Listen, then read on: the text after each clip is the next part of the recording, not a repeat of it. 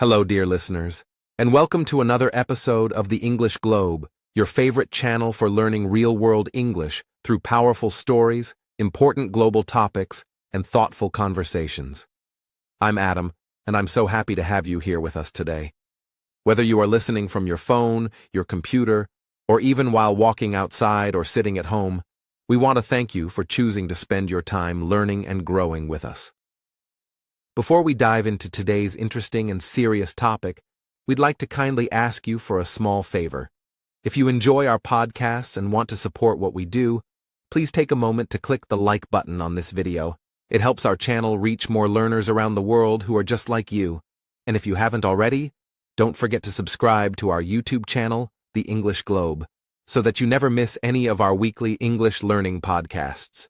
We create long and thoughtful episodes designed to help you improve your listening skills while learning about real events and life-changing ideas. Yes, and we'd love to know a little more about you. Please go ahead and tell us in the comments below where you are listening from. Are you tuning in from India, Egypt, Pakistan, Brazil, Germany, or maybe from a small town somewhere in the world? We have listeners from all over, and it's always so exciting to see how far our voices travel. Also, after you listen to this episode, we would love to hear your opinion about today's topic. Do you think the United States is helping the situation between Iran and Israel? Or do you believe it is making things more complicated? Your opinion matters, and your thoughts can also help other listeners understand this issue from different perspectives. All right, so let's talk a little bit about today's episode. The title of this podcast is, What Role Does America Play in the Iran-Israel Conflict? And yes, that is a very big question. It involves not only politics, but also history, religion, economics, and military power. This is not just a local issue between two countries in the Middle East. This is a conflict that has captured the attention of the entire world, and the United States plays a very big role in it. But why? Why is America so involved? What does it want from the region? And how does its support for one country affect the other? In this episode, we're going to explore all of that step by step. But don't worry, we know this topic can sound difficult or complex, especially for English learners. That's why we promise to keep our conversation clear, slow, and easy to understand. We're going to explain important events from the past, the relationships between these countries, and the reasons why America gets involved. Our goal is not to take sides or tell you who is right or wrong. Our goal is to help you understand the situation, learn the vocabulary, and practice listening to natural English that talks about real things happening in the world. Now you might be wondering, why is this topic important to learn in English? Well, the truth is, many international conversations, whether in news, politics, or peace talks, happen in English. If you can understand global issues like this in English, you will not only improve your language skills, but you'll also become more informed, more thoughtful, and more confident when talking with others about world events. And the Iran-Israel conflict is a perfect example of a topic that appears often in news articles, documentaries, political speeches, and even international debates. That's right. And here's something else we want you to know. Even if this conflict is happening far away from where you live, it still affects the whole world in many ways. Through oil prices, international trade, refugee movements, religious tensions, and even through the way countries form alliances. And the United States, being one of the most powerful nations on Earth, has the ability to influence what happens between Iran and Israel, either by supporting, stopping, or changing the direction of the conflict. This is why we believe this is a topic worth discussing, and it's also a great chance to build your English skills with something real and meaningful. In this episode, we'll start by giving you some history. How did the problems between Iran and Israel begin? What events made things worse? Then we'll explain how America got involved, what it wants from each country, and how its choices have shaped the situation over the years. We'll also talk about some recent events, like military strikes, peace efforts, and international reactions. And finally, we'll ask you to share your own opinion, because your voice matters. So please get comfortable. Maybe make a cup of tea or coffee. Take out your notebook if you want to write down some new words or important facts. And most importantly, listen with an open mind and an open heart. We're here to guide you through the story, and we promise to make it both educational and enjoyable. And once again, don't forget to like this video and subscribe to our channel, The English Globe. Your support helps us keep making these long and helpful episodes for English learners around the world. Also, don't forget to tell us in the comments where you are from, and after the episode, please share your thoughts. What do you think about America's role in this conflict? Is it helping, hurting, or simply protecting its own interests? We can't wait to hear from you. All right, let's begin our journey into this important global topic. In the next section, we'll take you back in time to understand how the relationship between Iran and Israel became so tense. This is where the story truly begins. Let's go. Now that we've introduced today's topic and explained why it's important, let's go back in time and talk about how the relationship between Iran and Israel became so difficult and full of tension. Many people around the world see these two countries as enemies today, but it wasn't always like this. In fact, there was a time in history when Iran and Israel had a much more neutral or even cooperative relationship. So what happened? Why did things change? And how did this relationship become one of the most dangerous rivalries in the Middle East? Let's find out together. Yes, Julia, that's a great question. To understand the conflict between Iran and Israel today, we must first look at what their relationship was like in the past. Let's begin with the time before the year 1979. Back then, Iran was ruled by a leader called the Shah of Iran. The word Shah means king, and his name was Mohammad Reza Pahlavi. The Shah was very friendly with the West, especially with countries like the United States and, surprisingly, with Israel too. During his rule, Iran had diplomatic relations with Israel. That means the two countries had official contact. They traded goods, and even shared information about technology and security. At that time, Iran was one of the few Muslim-majority countries in the Middle East that had a working relationship with Israel. But in 1979, everything changed. A huge revolution happened in Iran, and it was called the Islamic Revolution. The people of Iran, led by a religious leader named Ayatollah Ruhollah Khomeini, rose up against the Shah. They were angry about many things: corruption, poverty, Western influence, and the loss of Islamic values. After months of protests and violence, the Shah fled the country, and Ayatollah Khomeini became the new supreme leader of Iran. He and his followers created a new government based on Islamic law, and they called it the Islamic Republic of Iran. And one of the first things the new Iranian government did was to cut all ties with Israel. Khomeini called Israel a Zionist regime and described it as an enemy of Islam. He also began supporting groups that were against Israel, including groups like Hezbollah in Lebanon and Hamas in Palestine. This was the beginning of a deep hostility between the two countries. Iran started to see Israel not just as a political opponent, but as a dangerous threat to the Muslim world and especially to the Palestinian people. And Israel, of course, began to see Iran as a powerful enemy that was supporting violence against Israeli citizens. Yes, and this hostility only grew stronger over time. In the 1980s and 1990s, Iran continued to support groups that were fighting against Israel.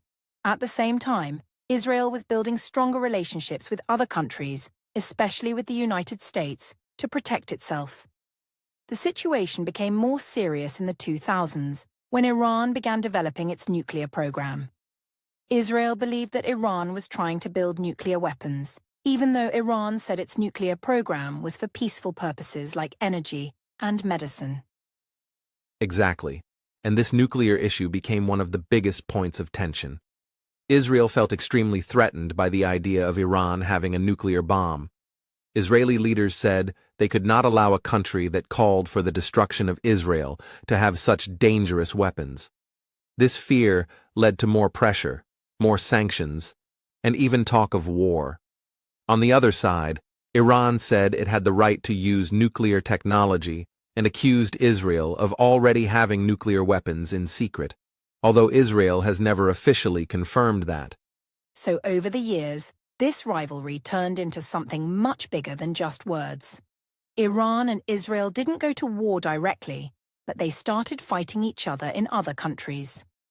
This kind of indirect fighting is called a proxy war. For example, Iran supports Hezbollah, a group in Lebanon that has fought with Israel many times. Iran also supports groups in Syria and Iraq that are against Israel. Meanwhile, Israel has carried out many secret missions and airstrikes in Syria to stop Iranian influence. These are like silent battles happening in the background. That's right, Julia. And today, the relationship between Iran and Israel is one of the most dangerous in the Middle East. Both countries see each other as serious threats. Iran continues to speak out against Israel and supports anti-Israel groups. Israel continues to monitor Iran's military activities and uses its intelligence and military power to stop Iran from growing stronger in the region. All of this makes the Middle East a very tense and unpredictable place. And of course, the United States is deeply involved in this situation, which is what we'll talk about in the next part of our episode. But before we move on, let's quickly review what we've learned so far.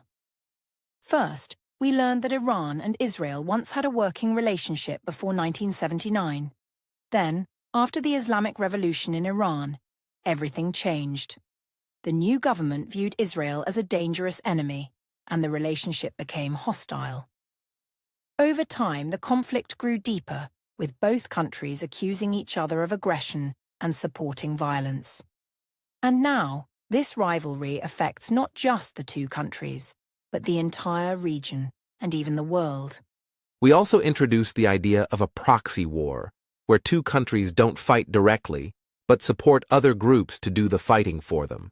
And we talked about the nuclear issue, which is one of the most serious concerns for both sides.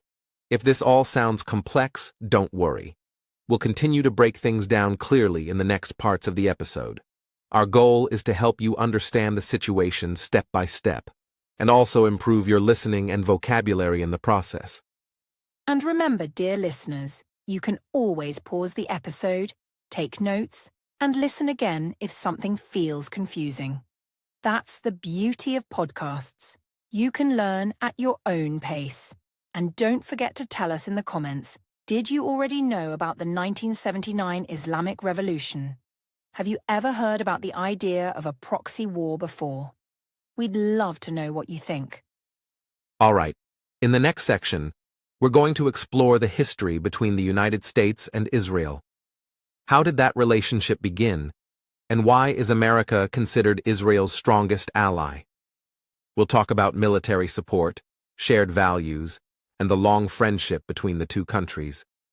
This part will help us better understand America's position in the conflict. So stay with us, keep your mind open, and let's keep learning together here on the English Globe. We'll be back in just a moment. Let's now explore one of the most important parts of today's topic, the relationship between the United States and Israel. When we talk about the Iran-Israel conflict, we cannot forget that the United States is closely connected to both of these countries, especially Israel. Many people around the world already know that America is considered Israel's most powerful and loyal ally. But where did this relationship come from? How did it grow so strong over time? And why does the United States continue to support Israel so strongly, even when there is conflict and controversy? Let's go step by step and understand the full story together. Yes, Adam, this is such an important part of the conversation. The story of US-Israel relations goes back more than 75 years. After World War II ended in 1945, the Jewish people around the world faced a deep crisis. Millions of Jews had been killed during the Holocaust by Nazi Germany. Many survivors had no home, no protection, and no country to call their own. In 1948, the modern state of Israel was created in a part of the Middle East that had deep historical and religious meaning for the Jewish people. This new country was meant to be a safe place for Jews, but its creation also caused major conflict with the Arab world, especially the Palestinians who lived in the region. Right? And when Israel was officially declared a country in May 1948, the United States was the first country in the world to recognize it. That act showed early support. Over the years, this relationship became stronger and deeper.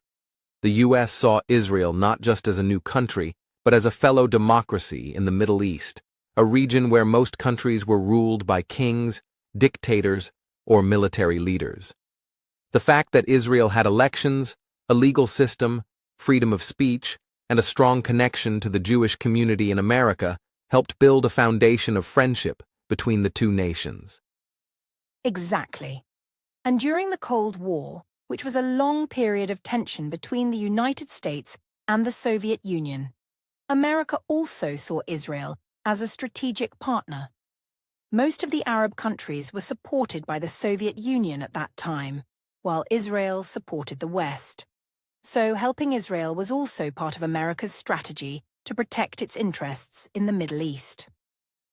Over the years, this support turned into real military, financial, and political aid.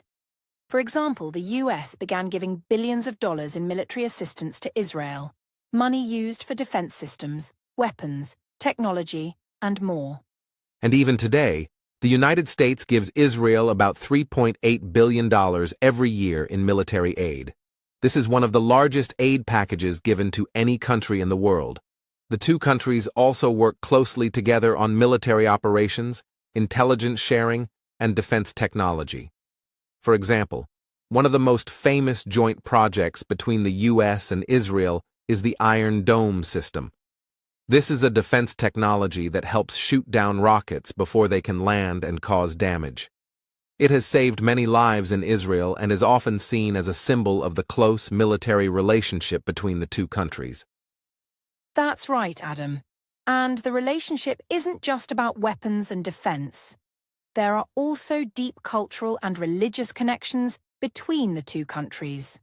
America has a large Jewish population, and many Christian Americans also strongly support Israel for religious reasons.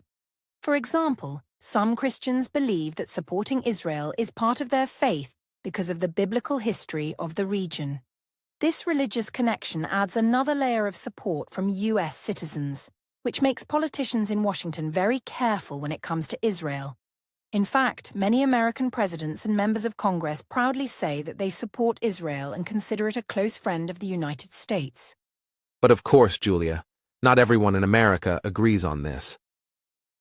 Over the past few decades, especially in recent years, some people in the U.S. have started to question this relationship. They ask, why does the U.S. give so much money to Israel every year? Shouldn't that money be spent at home on education or health care? Others say that by supporting Israel so strongly, the U.S. may appear biased in the Israeli-Palestinian conflict. They believe America should also support Palestinian rights and take a more neutral role in the region. Yes, those are very real concerns. But the general position of the US government has remained consistent for many years. The official policy is that Israel has the right to exist and the right to defend itself from attacks. At the same time, the US has often said it supports a two-state solution. That means a peaceful solution where both Israel and the Palestinians can have their own countries and live side by side. But in reality, finding that peace has been very difficult. And now, when we connect this back to Iran, the picture becomes even more complex. You see, Iran is one of the main countries that strongly opposes the U.S.-Israel relationship. Iranian leaders often say that the U.S. is helping Israel to hurt Palestinians and increase tension in the Middle East. They also believe that America's presence in the region is creating more problems rather than solving them. On the other side, U.S. leaders often say that Iran is a threat to peace and stability because it supports terrorism, works with dangerous groups like Hezbollah, and continues to make threats against Israel. So, in simple words, the US and Israel are close friends with shared military and political goals. and Iran sees both of them as enemies. That's why this triangle, US, Israel, and Iran, is at the center of so many serious problems in the region. It's not just about one country fighting another. It's about deep relationships, long history, political power, religious belief, and international strategy, all mixed together. And that's what makes the situation so complicated and difficult to solve. And now we hope that our listeners understand why the United States is seen as such a strong ally of Israel. From military support to shared democratic values, from Cold War politics to modern defense systems, the connection runs very deep. And that connection plays a big role in how America reacts to any conflict involving Israel, especially one with Iran. Yes, and in the next section of our episode, we'll focus more on the relationship between the United States and Iran. We'll talk about how they used to be allies many decades ago, what happened after the Islamic Revolution, and why today they are often seen as enemies. That history is just as important as what we've talked about today, and it will help you understand the full picture. But before we move on, let's ask our listeners a few questions. Did you know that America gives billions of dollars to Israel every year? What do you think about the U.S.-Israel relationship? Should the U.S. continue to give so much support, or should it play a more neutral role in Middle Eastern politics? Let us know in the comments. Your opinion matters, and we love reading what you think. And remember, even if you don't fully understand everything yet, that's okay. These are complex topics, and the more you listen, the more you'll learn. That's what we're here for, to help you grow your English and your knowledge of the world at the same time. Stay with us as we move forward in this podcast. In the next part, we'll dive into the story of America and Iran, from friendship to deep hostility, and how that history affects today's conflicts. You're listening to The English Globe. Let's continue learning together. See you in the next section. In the previous part of our episode, we explored the deep and long-standing relationship between the United States and Israel, from the early days of Israel's creation to the modern military and political partnerships that shape global affairs.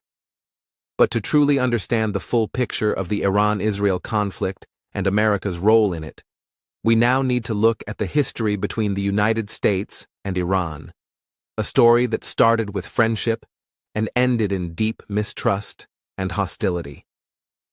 So, let's take a deep breath and slowly walk through this fascinating journey together. Yes, Adam. This is one of the most important chapters in modern Middle Eastern history, and it's also one of the most misunderstood. Many people today see Iran and the United States as enemies. But that wasn't always the case. In fact, for many decades, Iran and the US were very close allies. If we go back to the early 20th century, the relationship between the two countries was generally positive. Iran was not a democracy, but it had a monarchy led by a king called the Shah of Iran, and the US supported him, especially after World War II. The United States saw Iran as an important partner in the Middle East because of its oil resources and its location between the Soviet Union and the Persian Gulf. That's right. But everything changed in the year 1953. That year, a major event happened that is still remembered in Iran with anger and suspicion. Iran had a prime minister named Mohammad Mossadegh, who was democratically elected and very popular among Iranians. He wanted to take control of Iran's oil industry, which had been controlled for many years by a British company. Mossadegh said that Iran's oil belonged to the Iranian people and should be used to improve their lives. But this idea made Britain and the United States very worried. They feared that Iran was becoming too independent and that it might even move closer to the Soviet Union. So, with the help of British intelligence, the United States secretly organized a coup d'etat to remove Mossadegh from power. This operation was called Operation Ajax, and it led to the return of the Shah as the absolute ruler of Iran. The US helped the Shah become stronger, and for the next 25 years, Iran was ruled by a pro-American monarchy. On the surface, things looked good. There was economic growth, new schools and hospitals, and stronger ties with the West. But many Iranians were not happy. They felt that the Shah was becoming too close to the West, too rich, and too disconnected from the poor and religious people of the country. His secret police, called Savak, were known for arresting and torturing political opponents, and many people felt there was no freedom. This growing anger finally exploded in 1979 during what is now known as the Islamic Revolution. Led by a religious leader named Ayatollah Ruhollah Khomeini, millions of people came to the streets to protest against the Shah. They wanted a new kind of government, one based on Islamic law and values, not Western influence. The Shah fled the country, and Khomeini returned from exile to become the supreme leader of the new Islamic Republic of Iran. For the first time, Iran became a theocracy, a country ruled by religious leaders, and it cut ties with the United States. That same year, one of the most dramatic events in US-Iran relations took place. Iranian students stormed the American embassy in Tehran and took 52 American diplomats and citizens hostage. The world watched in shock as the crisis continued for 444 days.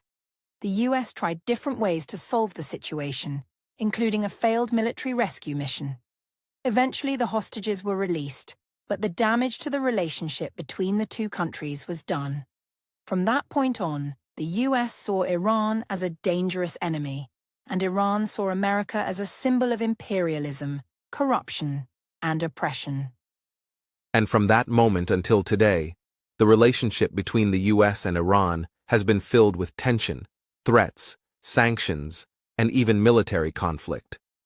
Over the years, the US has accused Iran of supporting terrorism, especially through groups like Hezbollah in Lebanon and Hamas in Gaza. Iran, on the other hand, says it is defending oppressed people and fighting against what it sees as American and Israeli aggression.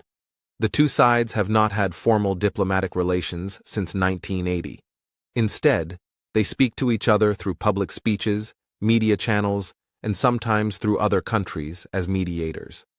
And then, there's the issue of Iran's nuclear program. This is one of the most serious and sensitive topics in the US-Iran conflict.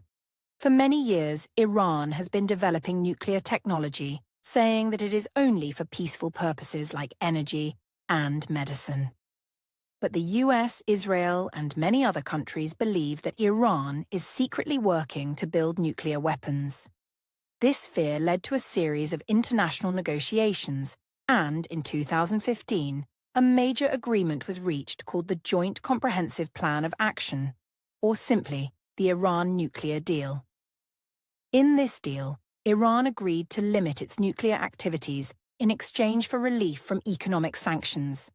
But in 2018, the situation changed again. President Donald Trump decided to withdraw the US from the Iran nuclear deal, saying it was a bad deal and that Iran could not be trusted. After that, the US reimposed harsh sanctions on Iran, targeting its economy, banking system, and oil exports. Iran responded by reducing its commitments under the deal and increasing its nuclear activities again. The tension grew even more in 2020 when a top Iranian general, Qasem Soleimani, was killed in a US drone strike in Iraq. Iran responded with missile attacks on US military bases. Although both sides avoided full war, the relationship became even more dangerous. So, as you can see, the history between the United States and Iran is full of ups and downs, but mostly downs in the past 4 decades. From allies to enemies, from partners to threats, the story is one of broken trust, conflicting interests, and deep resentment. And all of this plays a direct role in the larger conflict between Iran and Israel, because the US is often seen as standing firmly on Israel's side while viewing Iran as a threat to peace and stability in the region. Yes, and that's why whenever there is violence between Iran and Israel, the US is almost always involved, whether it's through statements, sanctions, military movements, or peace negotiations. The history we've just talked about helps explain why the US acts the way it does and why Iran reacts so strongly. It's not just about today, it's about what happened yesterday and even many years ago. We hope this long explanation helped you better understand the complex and emotional history between Iran and the United States. Now we'd love to ask you, our dear listeners, did you know about the 1953 coup in Iran? Do you think the US should have stayed in the Iran nuclear deal? What do you think is the best way to build peace between these two countries? Let us know your answers in the comments. We read everything, and we truly value your opinions. Remember, these discussions are not only a great way to learn English, but also a powerful way to understand how the world works, because learning a language should always include learning about people, history, and global issues. In the next section of our podcast, we'll look more closely at how Iran and Israel see each other, and how their rivalry continues to affect the entire Middle East. We'll also talk about the military and political strategies they use, and how America fits into all of this. You're listening to the English Globe. Stay with us as we go even deeper into this important and fascinating topic. Thank you so much for staying with us, dear listeners. We are now at a very important point in this podcast. So far, we've talked about how the United States became deeply involved with both Israel and Iran in very different ways, and how these relationships have shaped international politics for decades. But now, in this part of the episode, we want to focus on the core of the conflict between Iran and Israel. What makes these two countries see each other as enemies? What are the roots of their rivalry? And how do religion, politics, and power play a role in keeping this conflict alive? Let's dive into this in a simple and clear way so that even beginner English learners can understand. Yes, Adam. First, let's look at the religious aspect, which is often the starting point when people try to understand why Iran and Israel have such strong hostility toward one another. Iran is a Shiite Muslim country with a government led by Islamic clerics, known as the Supreme Leader and other religious figures. On the other hand, Israel is a Jewish state, created in 1948 as a homeland for the Jewish people. Now, many people assume that because these countries follow different religions, they are automatically enemies. But that's not completely true. It's not just about religion. It's more about how religion is used in politics and how it connects to national identity and ideology. Exactly. In Iran, the government sees itself as the protector of oppressed people in the Muslim world. This belief is part of what they call the Islamic Revolution ideology. According to this belief, Iran should stand up against what it sees as injustice, especially injustice caused by powerful Western countries, or what they call Zionist oppression, a term often used by Iranian leaders when they speak about Israel. Iran's leaders say that the State of Israel has harmed the rights of Palestinians and other Muslim communities, so they believe it's their religious and moral duty to oppose Israel's actions in the region. This belief is not just a religious idea, it has become a central part of Iranian foreign policy. And in Israel, there's also a strong national and religious identity. Israel was created after World War II as a safe place for Jews, many of whom had suffered terrible persecution in Europe, especially during the Holocaust. For Israelis, their country is not just a piece of land. It's the only place where they can truly feel safe and secure as a Jewish people. Because of this, they are very protective of their borders and very sensitive to any threats, especially from countries like Iran, which openly say they want to remove the State of Israel from the map. This kind of language creates deep fear and suspicion in Israel, and it leads to aggressive responses. Now let's talk about politics and power, which are just as important as religion in this conflict. Iran wants to be a major power in the Middle East. It wants to influence what happens in Iraq, Syria, Lebanon, and the Persian Gulf. To do that, Iran has built strong relationships with groups in different countries, groups that are often seen as enemies by Israel and the United States. For example, Iran supports Hezbollah, a powerful group in Lebanon, and Hamas, which operates in Gaza. Both of these groups have had armed conflict with Israel, and Iran gives them money, weapons, and training. Iran says it does this to support resistance against occupation. Israel says Iran is simply using these groups to attack Israel without fighting directly. This kind of proxy war, which means fighting through other groups instead of directly, has become one of the main ways that Iran and Israel challenge each other. It's not just about soldiers and armies anymore. It's about networks, alliances, and influence, and the US plays a big role here too. Because the United States sees Hezbollah and Hamas as terrorist organizations, it supports Israel in trying to weaken or stop these groups. The US gives Israel intelligence, weapons, and political support. So even though Iran and Israel do not have an open war, their fight continues through these smaller battles, and America is deeply involved in supporting one side. Let's also talk about Syria, which has become one of the main battlegrounds for this conflict. During the Syrian civil war, Iran sent troops and weapons to support the Syrian government, which is also close to Iran. At the same time, Israel carried out airstrikes inside Syria to destroy Iranian weapons and military bases. These airstrikes continue even today. This means that while Iran is trying to expand its power in Syria, Israel is working to block that expansion. And the US often supports Israel's actions by sharing information and pressuring the United Nations not to interfere. One more important issue is nuclear weapons. Iran says it doesn't want to build nuclear weapons, but many countries, including Israel and the United States, do not believe this. They worry that if Iran gets nuclear weapons, it will use them to threaten Israel or give them to other groups. That's why Israel has even considered military action to stop Iran's nuclear program. Iran, in return, says that Israel already has nuclear weapons but does not admit it publicly. So both sides see the other as dangerous, and this fear pushes them to take aggressive actions. Again, America is right in the middle of this, often working to stop Iran from becoming a nuclear power while continuing to support Israel's security. So, when we talk about the Iran-Israel conflict, we're really talking about a complex struggle that includes religion, power, military strategy, and deep historical wounds. And because America is Israel's closest ally, and because America has had such a difficult relationship with Iran, it often becomes the third player in a two-player game. The US gives Israel support, but it also tries to pressure Iran through sanctions and diplomacy.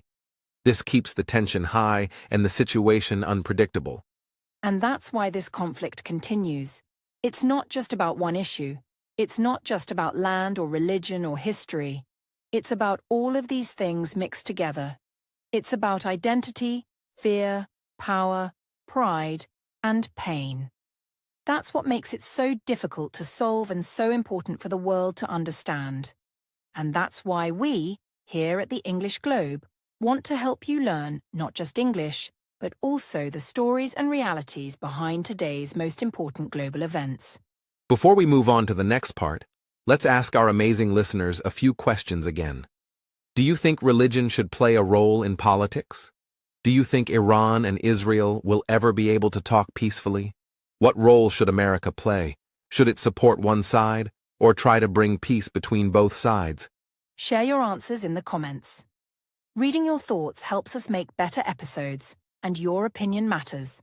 And of course, if you're learning new words and ideas from this podcast, don't forget to like the video and subscribe to our channel, The English Globe. It helps us grow and helps more learners around the world find this content.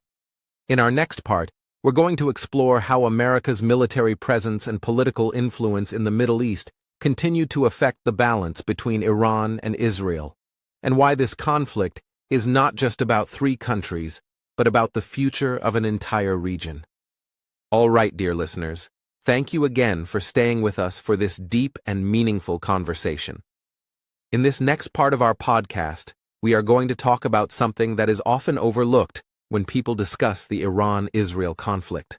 We are going to talk about why the United States is so deeply involved in the Middle East in the first place. Because if we really want to understand America's role between Iran and Israel, we need to ask an important question. What are America's strategic interests in the region? Why does it care so much? Why does it spend billions of dollars, keep military bases, and get involved in so many political and military actions in the Middle East? Let's try to answer these big questions step by step. Yes, Adam. And this is a part of the conversation that really helps us understand the bigger picture. Let's begin with oil. For many decades, the Middle East has been one of the most important sources of oil in the world. Countries like Saudi Arabia, Iraq, Iran, and others have huge oil reserves that supply energy to many parts of the world, including the United States and its allies. In the 20th century, especially after World War II, oil became a key reason why America got so involved in this region. The US wanted to make sure that oil flowed smoothly, without interruptions, and that no single country could control all the oil and use it as a weapon. That's absolutely right. In fact, during the 1973 oil crisis, many Americans were shocked when they suddenly faced high fuel prices and even shortages at gas stations because of a decision made by oil-producing countries in the Middle East. That event showed how powerful and important oil really was, and it convinced U.S. leaders that they needed to have a strong presence in the region. They believed that by building strong relationships with certain Middle Eastern countries, they could protect their energy supply and prevent any one country, like Iran, for example, from becoming too powerful. Now let's move on to military bases, which are another big reason the United States is involved in the region. Over the years, America has built dozens of military bases across the Middle East. You can find US troops in places like Qatar, Bahrain, the United Arab Emirates, Iraq, Kuwait, and other countries. These bases allow the United States to respond quickly to any conflict or threat in the region. They also help the US keep an eye on Iran, and they act as a form of protection for allies like Israel and Saudi Arabia. For example, if a war breaks out, or if there is a terrorist attack, American forces can act fast from nearby bases, instead of flying all the way from the US. That's a good point. And let's not forget the weapons sales and defense partnerships. America is not just building bases. It is also selling weapons and military technology to many Middle Eastern countries. Israel is the biggest example. The United States gives Israel about $3.8 billion in military aid every year. This includes advanced weapons, fighter jets, and missile defense systems. But America also sells weapons to countries like Saudi Arabia and the UAE. This helps create a network of allies that can work together to counter threats, especially from Iran, which the US sees as a rival. Now, some of our listeners might wonder, why does America see Iran as a threat? The answer goes back to what we discussed in earlier parts of this podcast. The relationship between the US and Iran has been hostile since 1979, when the Islamic Revolution happened in Iran and the American embassy in Tehran was attacked. Since then, there has been a lot of distrust, and the US government believes that Iran supports terrorist groups, wants to build nuclear weapons, and tries to destabilize the region by interfering in the politics of other countries. Because of these concerns, America has taken steps to isolate Iran by imposing sanctions, forming alliances, and keeping troops nearby. And all of this connects back to Israel. America's support for Israel is not only emotional or historical, it is also strategic. Israel is seen as a stable democratic country in a region where many governments are unstable or authoritarian.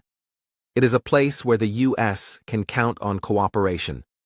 The two countries share intelligence, military strategies, and even technology. Some American politicians also have strong support from groups in the U.S. that believe protecting Israel is part of their religious or moral values. So for many reasons, political, military, economic, and emotional, the U.S. continues to stand firmly with Israel. But here's where it gets complicated. Many countries in the Middle East, especially Iran and its allies, see this close US-Israel relationship as unfair. They believe America is not an honest peacemaker, but instead takes sides. This makes it harder for the US to act as a neutral negotiator in conflicts.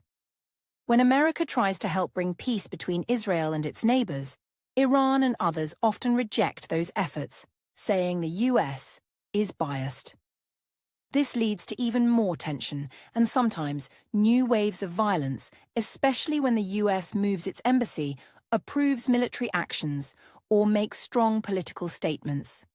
So, what does all of this mean for the Iran-Israel conflict? It means that the United States is not just watching from the outside, it is a key player. Its actions, alliances, and decisions can either cool down or heat up the situation. When the US makes a peace deal with Iran, like the Iran nuclear deal in 2015, the temperature drops a little. But when the US pulls out of the deal, like it did in 2018 under President Trump, the temperature rises again. Each move has consequences. It affects how Iran behaves, how Israel responds, and how the whole region feels. And this brings us to one more important point: the American public and politics. Not everyone in the US agrees with the same foreign policy. Some politicians believe in strong military support for Israel no matter what. Others think America should focus more on peace-building and diplomacy with Iran. Some citizens believe the US should reduce its role in the Middle East entirely, saying that too much involvement has brought war, not peace. This means that American foreign policy can change depending on who is president and which party is in power. That's why this situation is always changing. It depends not just on what Iran or Israel does, but also on what America decides. So, dear listeners, now you can see why America's role in the Iran-Israel conflict is so big and complex. It's not just about choosing sides. It's about oil, security, military bases, allies, influence, history, and power. And every decision that America makes affects millions of lives across the Middle East and even around the world. Let's ask you some reflection questions. Do you think America should continue to have military bases in the Middle East? Is it possible for the US to have a balanced relationship with both Iran and Israel? If you were in charge of American foreign policy, what would you do differently? Please write your answers in the comments. We love reading your thoughts. And if this podcast helps you learn English and understand global topics better, please like this video and subscribe to our YouTube channel, The English Globe. Your support means the world to us, and it keeps us going. In the next part of this podcast, we will explore something very emotional and very real: the impact of this conflict on everyday people, ordinary Iranians, Israelis, and Palestinians. We'll talk about how regular families, children, and workers are affected by the politics and wars they didn't choose. Thank you for staying with us, dear listeners.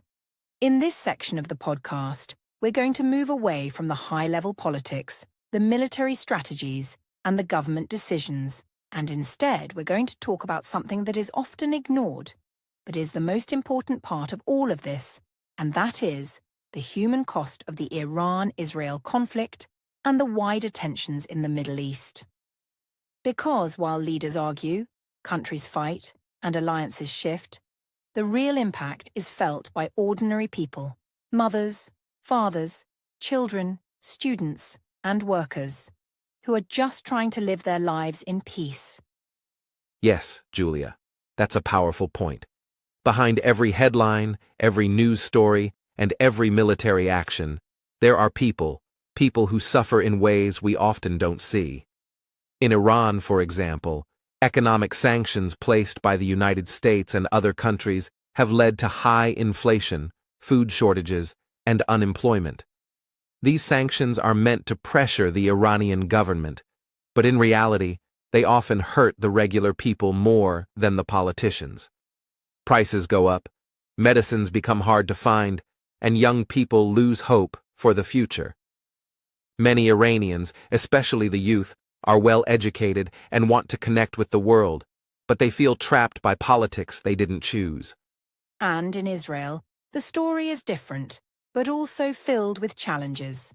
Many Israelis live under constant threats of missile attacks or violence from groups that are supported by Iran, such as Hezbollah or Islamic Jihad.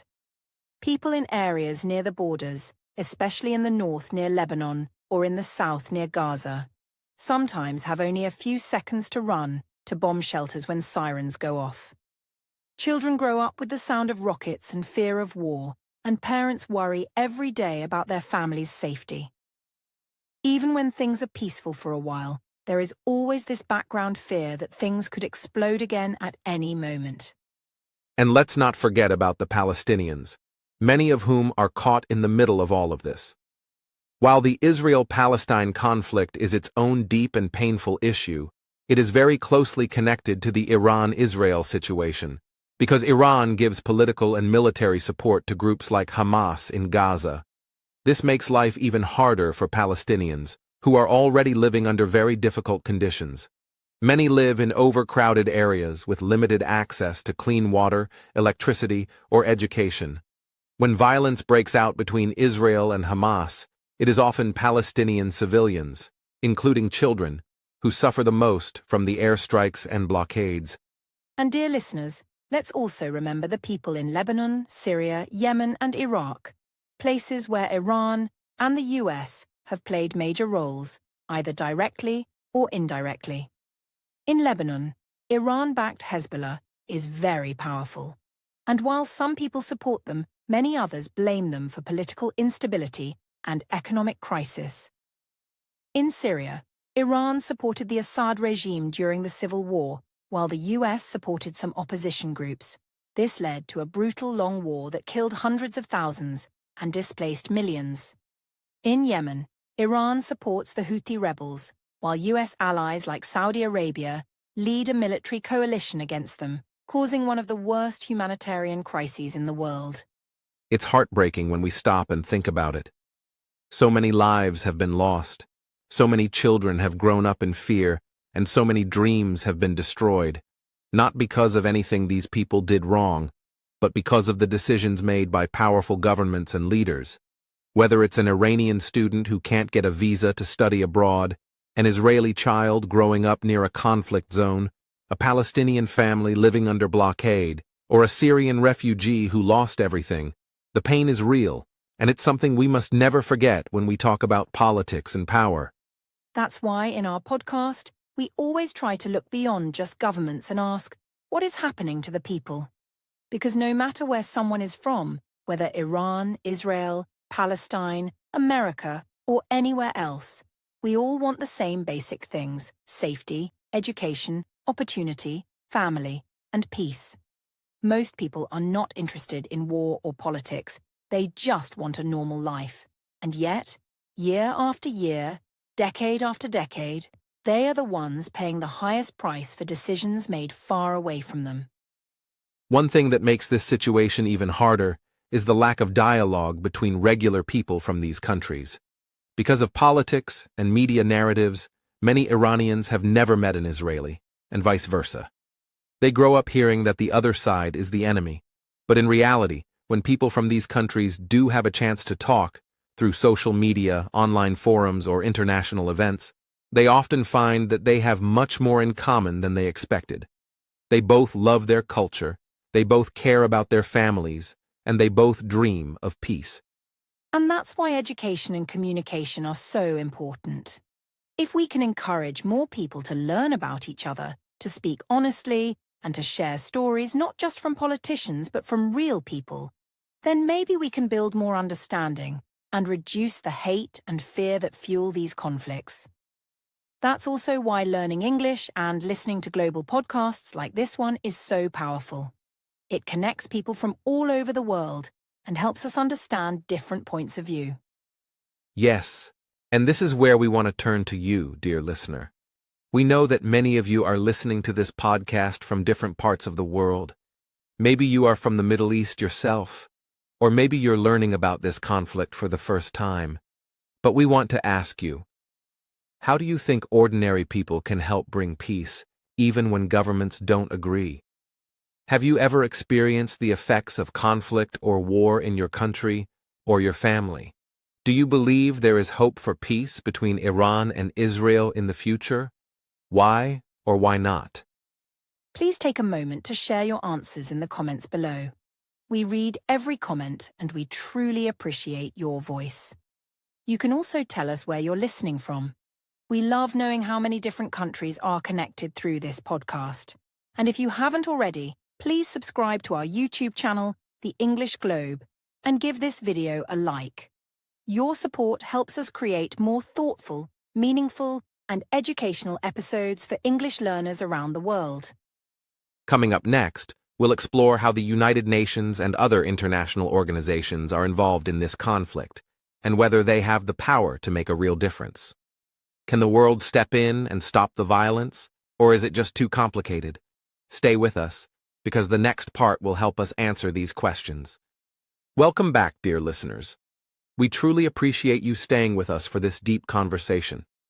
In this section, we're going to explore something that many people ask about when they hear stories of war and conflict, and that question is, what about the United Nations?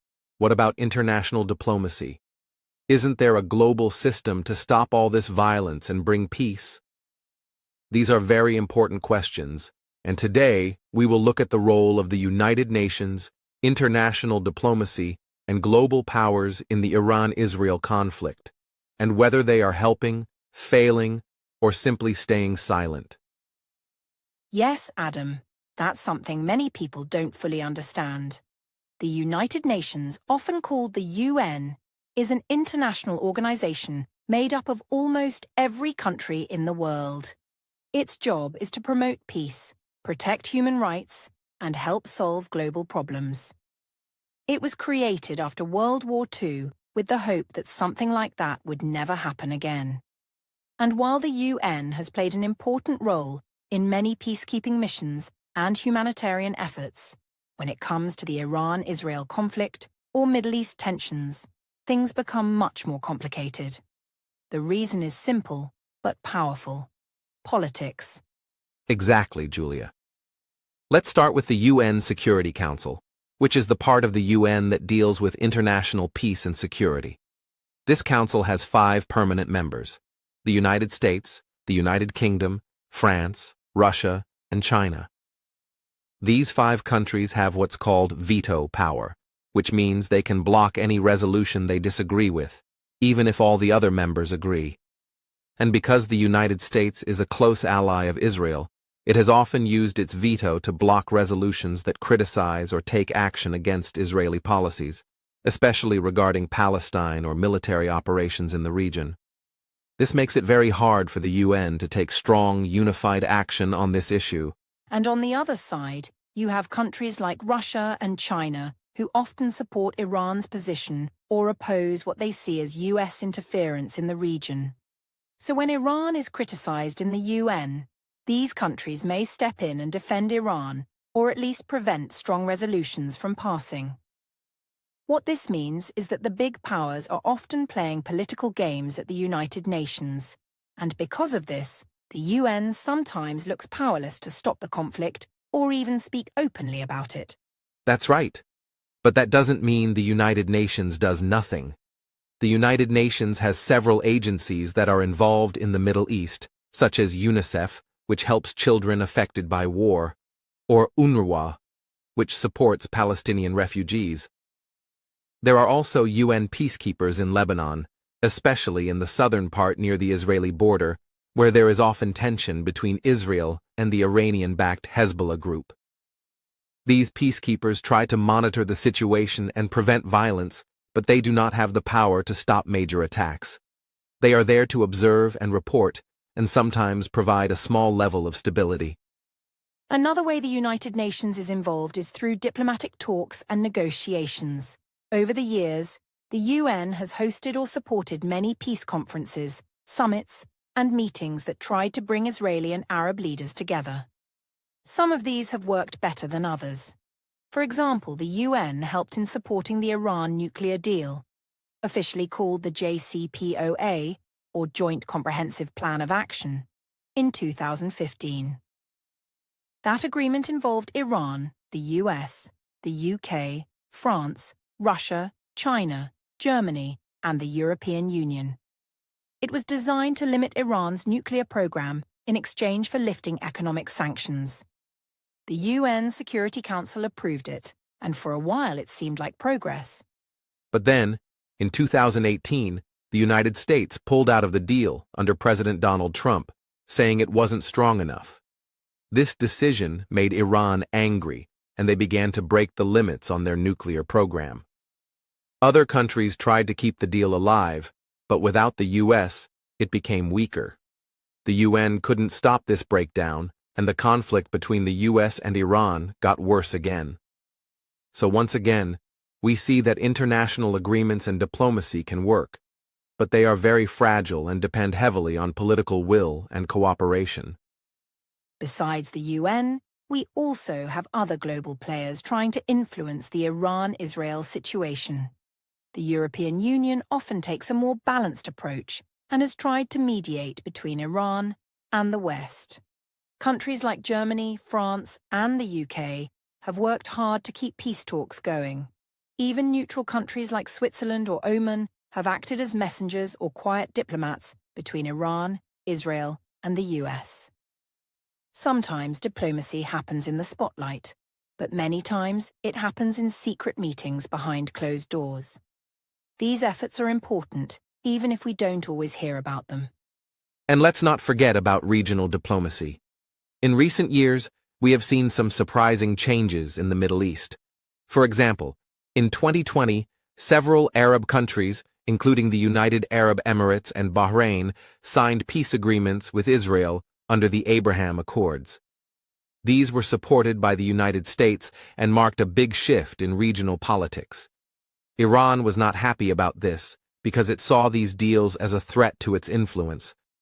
At the same time, Iran and Saudi Arabia, two big rivals, recently reopened diplomatic relations in a deal brokered by China. So while tensions are high, we also see some diplomatic progress happening at the same time. That's the thing about diplomacy. It's slow, it's fragile, and it's full of challenges, but it is often the only path to peace. Military action may bring quick results, but it also brings suffering and instability. Diplomacy, even if it takes years, can create long-term solutions. And this is where the international community, including organizations like the UN, global powers like the US, and regional players like Saudi Arabia and Turkey, must work together not to win, but to find common ground and reduce the risk of a larger war. So the question we want to ask you now, dear listener, is this. Do you believe the United Nations is doing enough to help in the Iran-Israel conflict? Should the world powers step in more strongly, or should they stay out of the region's problems? What do you think is the role of diplomacy in today's world? Can talking really stop wars, or is it just a dream? Please take a moment to share your answers in the comments. We are always amazed by your ideas and your passion. And if you are learning English with us, remember that writing a comment is a great way to practice expressing your thoughts in English. Even just a few sentences will help you improve.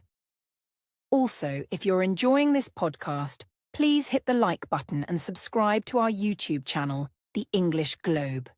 We put our hearts into every episode to help you learn English through real and meaningful topics. In our final section coming up next, we'll bring everything together and look at the possible future scenarios. What might happen in the next few years? Will the conflict grow worse, or is there a chance for peace? And what can we, as global citizens, do to stay informed, promote peace, and help each other in these difficult times? Don't miss it. It's going to be a powerful conclusion. All right, dear listeners, we've now arrived at the final part of our journey in this deep and complex topic. First of all, we want to thank each and every one of you who has stayed with us through this episode.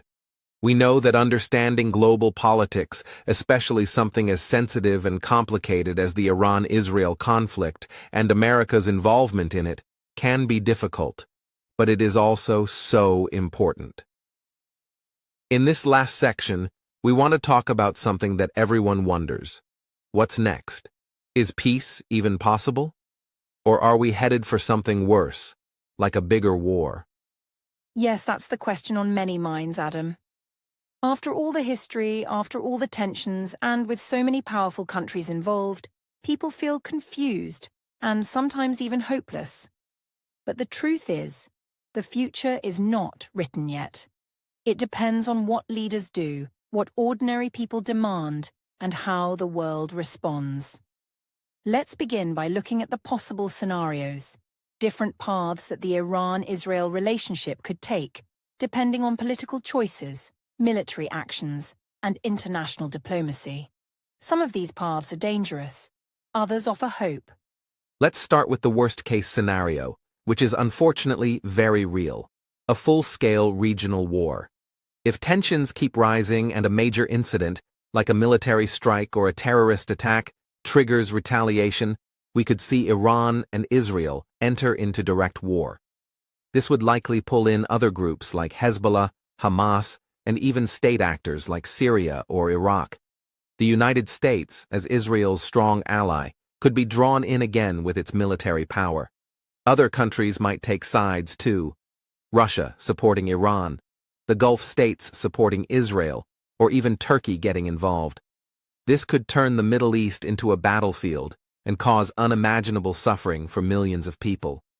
It could also disrupt oil supplies, crash global markets, and increase refugee crises across Europe and Asia.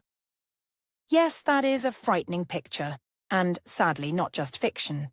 But there's also a middle ground scenario where the conflict stays at a low level. In this future, Iran and Israel continue to clash through proxy wars, small attacks, cyber warfare, and political battles, but without a full war. The US might continue to support Israel diplomatically and militarily, while Iran keeps expanding its influence through its allies. The United Nations and other global powers try to manage the crisis, but nothing changes fundamentally. Life goes on, but fear and instability remain. And then, Julia, there is the hopeful scenario: a vision of peace. It may sound like a dream, but history shows us that even the most bitter enemies can find common ground. Who would have thought that the United States and Vietnam would be partners one day after a brutal war? Who could imagine South Africa moving from apartheid to democracy peacefully? Peace between Iran and Israel would take years, maybe decades, and would require huge changes in thinking, leadership, and public opinion. But it is possible, if people are brave enough to try. One important step toward peace is dialogue, not just between governments, but between people. Young people in Iran, Israel, and around the world are more connected than ever through social media, travel, and education. Many of them don't want war. They want opportunity, education, and freedom. If this generation grows up with open minds and open hearts, they may be the key to breaking the cycle of hatred and mistrust. And this is why education and awareness matter so much. The more we understand each other, the harder it is to hate. Another step is international diplomacy. The world needs bold leaders who are willing to talk, to listen, and to take risks for peace. Agreements like the Iran nuclear deal were not perfect, but they were steps in the right direction. More deals, more regional cooperation, more cultural exchange. These are the real tools of peace, not missiles and tanks. America, with its global influence, can choose to be a builder of peace or a partner in war. That choice will shape the future of not just Iran and Israel, but the entire world. So what can you, our dear listeners, do? You may not be a president or a diplomat, but your voice still matters. You can stay informed, ask questions, and speak out for peace in your own communities. You can use your social media not to spread hate or fear, but to share stories of hope, facts, and understanding. And if you are learning English with us, you now have the power to talk about global issues like this one, with confidence and intelligence. That is a powerful skill in our modern world.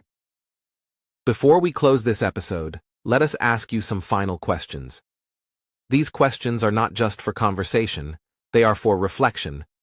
Do you think America will continue to support Israel no matter what, or could its policy change in the future? Do you believe Iran would ever sit at the same table as Israel to negotiate peace? What role should the United Nations and global citizens like you play in creating a peaceful Middle East? And finally, do you believe peace is possible, or is conflict a permanent part of human nature? We would truly love to hear your answers. Please write them in the comments below. And remember, this is a learning space, so don't worry if your English isn't perfect. Practice makes progress. Share your thoughts in English, and you'll grow as both a thinker and a speaker. And don't forget to like this video and subscribe to our channel, The English Globe, for more deep, powerful, and thoughtful episodes like this one. From all of us here at The English Globe, thank you for joining us today. We hope this episode helped you understand the Iran-Israel conflict better, the complex role America plays, and why global peace requires more than just politics. It requires understanding, courage, and the will to see the humanity in others. Until next time, keep learning, keep thinking, and keep believing that change is possible. Take care, everyone. See you in the next episode.